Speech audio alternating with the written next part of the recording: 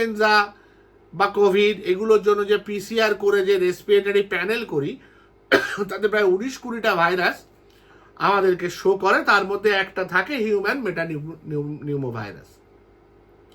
এটা সম্বন্ধে আপনাদের হয়তো পরিচিতি কম, কিন্তু আমরা ডাক্তার হিসেবে যথেষ্ট পরিচিত, এবং বিশ্বাস করুন এই ভাইরাস আমাদের কাছে বিরাট গুরুত্ব কিছু পায় না, কোনোদিনই পায়নি। এবং আপনাদের কাছেও আমার মনে হয় গুরুত্ব বা ভাবার চিন্তার কিছু নেই। ভাবার চিন্তার দুটো কারণ, আজকে এই ভিডিওতেই এই কথাগুলো আমার বলার কথা না, বলছি তার পিছনে কারণ মাত্র দুটি। এক হচ্ছে ওটা ওই চীনের হুনান প্রদেশে হয়েছে, যেটা একটা এরকম অ্যাবনর্মাল ভাইরাস তৈরির কারখানা হিসেবে প্রায় প্রমাণিত হয়েছে। এবং ওখান থেকে যা ইনফরমেশন বেরোয়, প্রথমে বলা হয় যে সবই কোনো ঝামেলার কিছু নেই, ওরা মিস ইনফরমেশন দিয়ে থাকে।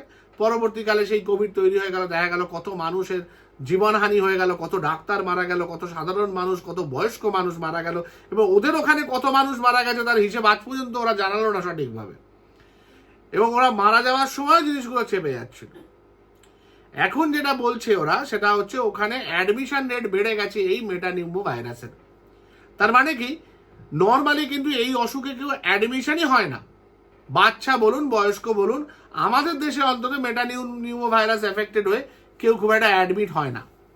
আমি আমার হাসপাতালে বড় একটা শুনি না, বাচ্চাদের ক্ষেত্রে হতে পারে, আমি তো বাচ্চা প্র্যাকটিস করি না, পেডিয়াট্রিশিয়ান নই আমি বড়দের দেখি, বড়দের খুব একটা কেউ এই ইনফেকশনে ভর্তি হয় না। রেসপিরেটরি সিনসিটিয়াল ভাইরাস বলে একটি ভাইরাস আছে, যেটা এর খুব কাজ দিয়ে যায়, চরিত্র প্রায় 1-2 জনের মধ্যে। রেসপিরেটরি সিনসিটিয়াল ভাইরাস সবচেয়ে কমন ইনফেকশন করতো, আর এটা সেকেন্ড কমন ছিল।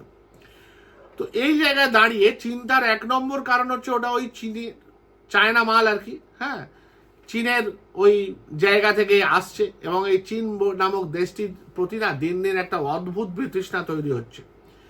এদের কার্যকারণ কারবারের কোনো ঠিক ঠিকানা নেই। এরা যে কেন কিছু করতে পারে, কি করতে পারে না, এ দেওয়ানা জানন্তি টাইপের ব্যাপার, অসম্ভব ব্যাপার। এ একটা অদ্ভুত দেশ, এবং এর মানে গতি প্রকৃতিও বড় অদ্ভুত। এটা 1 নম্বর। 2 নম্বর কারণ হচ্ছে ওদের ওখানে হসপিটাল অ্যাডমিশন, যেটা কিনা এই পার্টিকুলার ভাইরাসটার ক্ষেত্রে হয় না। 2001 সাল থেকে যে ভাইরাসটাকে আমরা দেখে আসছি, তার মানেটা কি দাঁড়াচ্ছে, এটাও কি অন্যান্য করোনা ভাইরাসের মতো এর স্ট্রেন পাল্টাচ্ছে? সেটা হলো চিন্তার কথা।